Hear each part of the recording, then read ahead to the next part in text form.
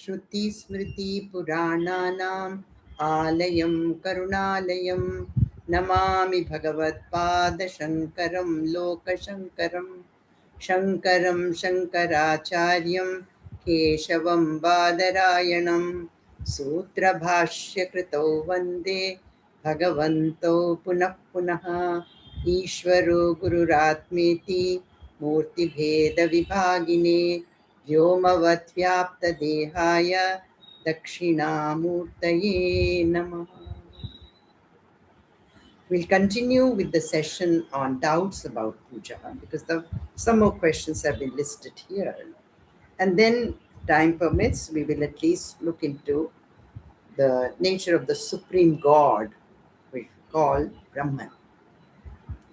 So, one of the other questions or doubts raised are, can women do Shaligrama Puja? Can they utter Omkara? They can certainly do so. Sometimes uninformed people even say that women should not read Mahabharata or Ramayana. In some cases, people even say, don't keep Gita at home because their children will become sannyasis. Or Mahabharata, if you keep in the house, there will be always fight among the members of the household. But these are not correct. This is pure superstition. Omkara can be definitely uttered by everyone. This is told clearly in Padma Purana.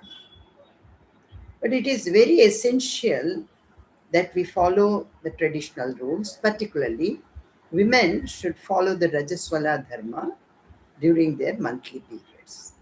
This is very clearly stipulated in the Shastras. When we deal with this three dharma, at that time we'll have a discussion, and particularly in modern times, how one deals with this. Then another question that is raised is it essential that one should have taken Upadesha for doing japa or puja? Well, again, here you can appear for an examination by undergoing training at home, tutors, and all that, or even just nowadays people learn through online distance learning, or you can go to a proper school and get educated or get this lessons from a qualified teacher and write the exam. You know the difference. So naturally there will be more clarity and things if you have studied under someone who knows the subject. So that is why it is much more powerful if you've got Upadesha or taken Diksha and then doing the japa or even doing puja. But there may be some people, because of power of their sadhana in their previous births, succeed without Upadesha. But generally, the rule is that one must have Upadesha. Now, again, the next question that is raised is, why should we go to the temples? Is it not sufficient if we do puja at home? See, as per the rules of the Shastra, you are supposed to do puja thrice a day. You know what you call morning, madhyanam, middle of the day, and evening sandhya. The two sandhyas and the middle of the day, madhyanam. Well, no, naturally not everybody can do it 3 times a day. But there are temples who follow all these rules, and sages and great people have come. So their vibration is in there in those temples. So particularly visiting temple on special occasions is very helpful. This also brings social cohesion.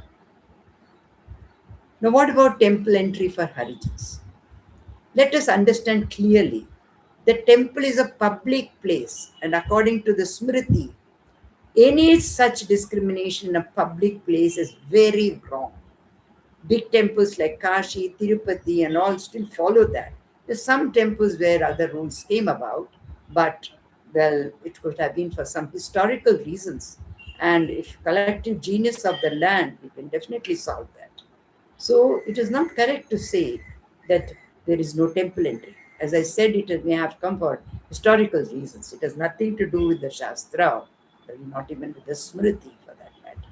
In public places of bathing and all that, there's no discrimination as per the Shastra. Now, again, the question raised is it possible to see God? Look here, God doesn't have a gross body like a human being. but they have to execute specific activities, so they must have forms. But these forms are subtle and not visible. We say sukshma, that gods have, devatas have sukshma sharira. However, when occasion demands, they can also assume different gross forms by their prowess. It is not possible for ordinary people to see them, but with great efforts and extreme concentration over a long time, it may be possible to see also. We have the very clear example of Sri Ramakrishna, and he has told that it is possible, and he is, in his own experience, he has seen so. There is no doubt that if really that level of devotion is there, you can see God. Uh, you see, one more thing some great people say is that if one loves God more than one's own prana, breath, the person may see God. I think Thakur gives this example when the person said that, "Oh, I am not seeing God. How will I? When will I be able to see God?" The guru takes the student to the river and just catches hold of his neck, and both are dipping in the water. He says, "How do you feel now?" He says, "Oh, please save me! I die." So that much of devotion you must have, that you you can't even breathe without seeing God like that. To that extent, must be so dear to you as much as your prana is dear to you. Then definitely such bhaktas do see God with form also. But however, one should not be in a hurry and without understanding from a guru just because one heard. And nowadays, YouTube channel, that channel, it's young boys start practicing certain things and imagine they will see God. And if they don't see God, somebody hangs himself up. Well, that's purely because they are not ready for it.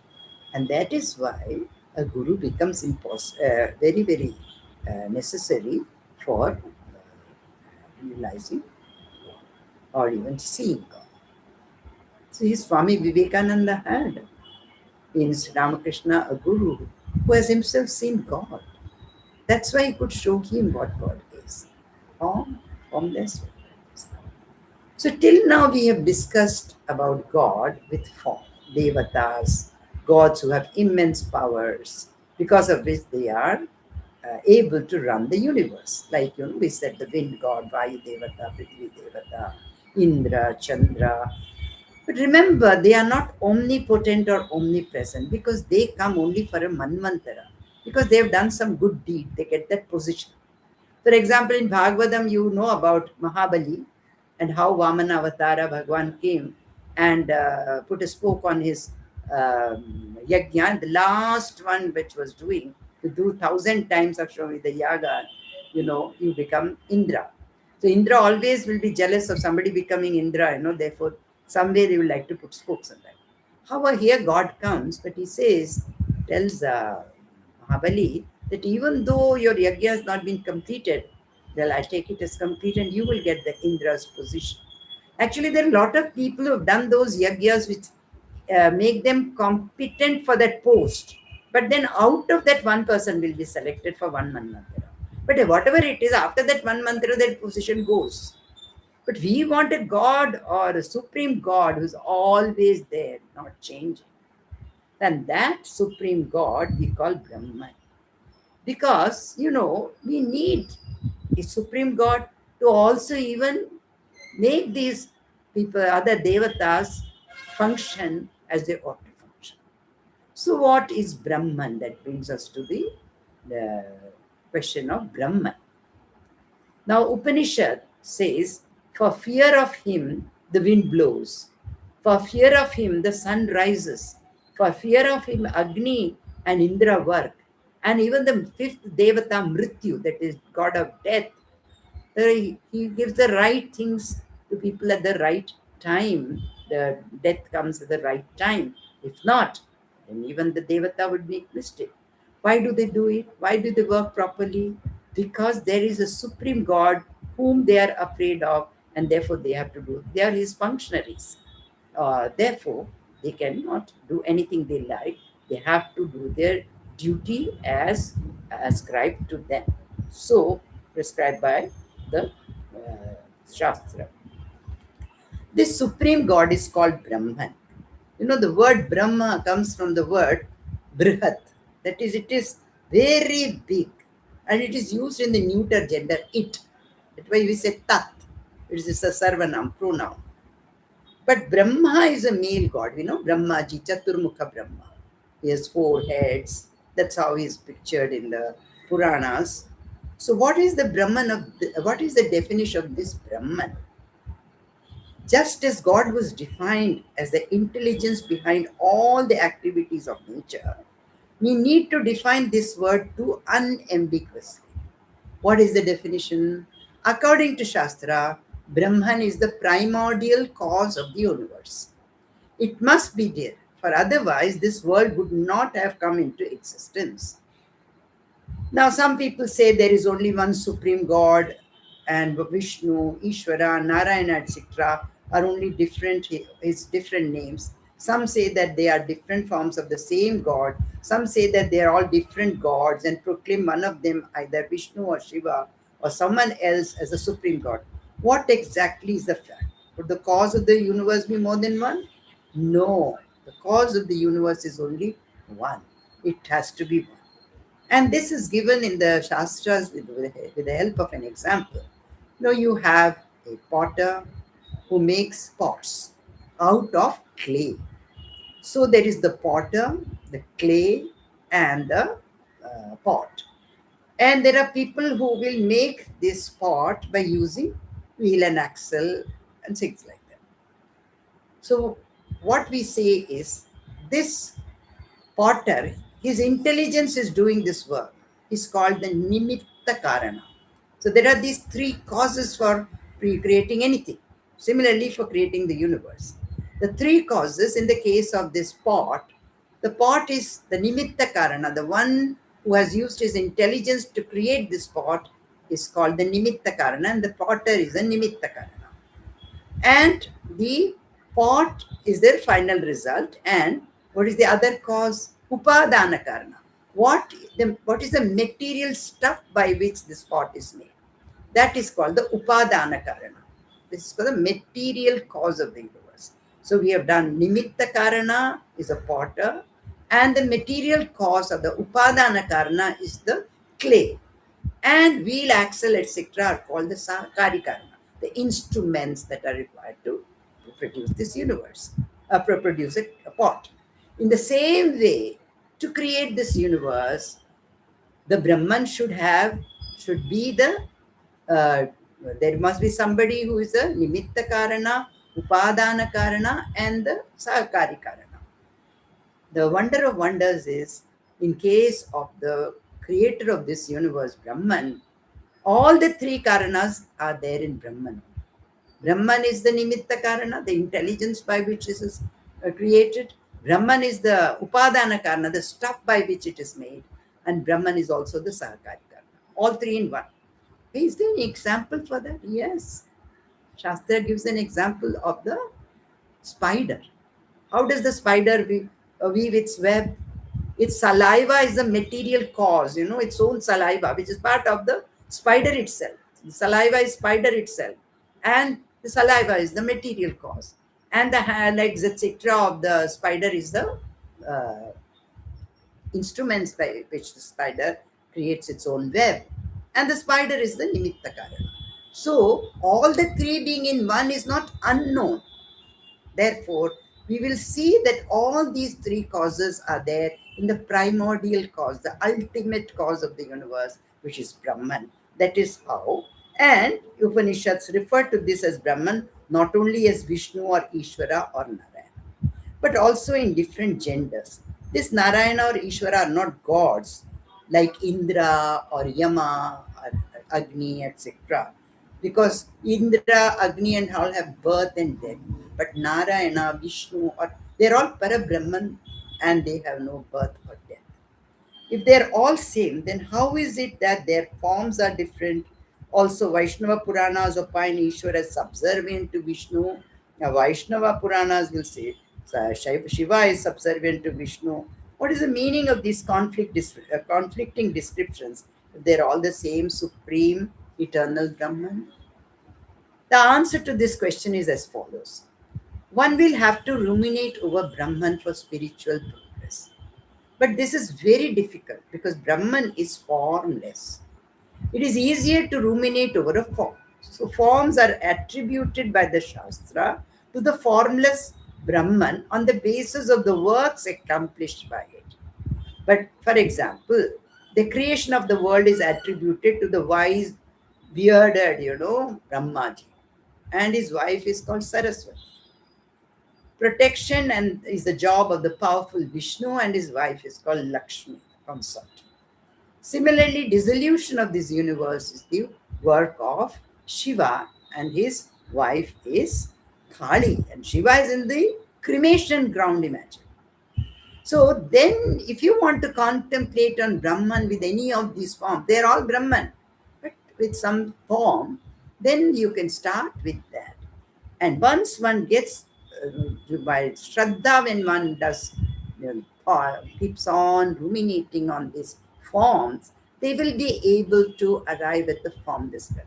What happened to Sri Ramakrishna? Very clear example again.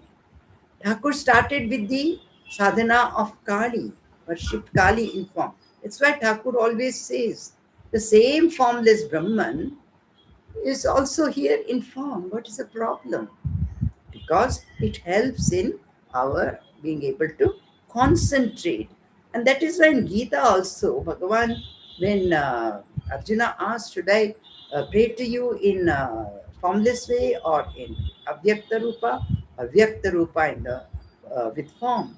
One says, of course, ultimately it is formless, but for you it may be difficult. So Arjuna, better start by concentrating your mind on the God with form, that is supreme God with form, Brahman with form. That is how this is explained. So these three causes are found in Brahman, that is the ultimate cause of the universe. The three causes are the nimitta karana, that means it's the essential cause of the universe, that is through the creation of through his intelligence, and the material cause, the stuff is Brahman, and also the instruments are Brahman. Just as in the case of the spider, all the three causes are found in one. Now, in the next session, we will look at the nature of Brahman as Satyam, Jnanam, Anantam. You would have heard these phrases. We will discuss about the nature of Brahman and what we mean by Satyam, what we mean by Jnanam, and what we mean by Anantam to understand Brahman. So, we conclude our session here today. कायेन वाचा मनसेन्द्रियैर्वा बुद्ध्यात्मना वा प्रकृतेत् स्वभावात् करोमि यद्यत् सकलं परस्मै श्रीनारायणायेति समर्पयामि. हरि ओम तत्सत्.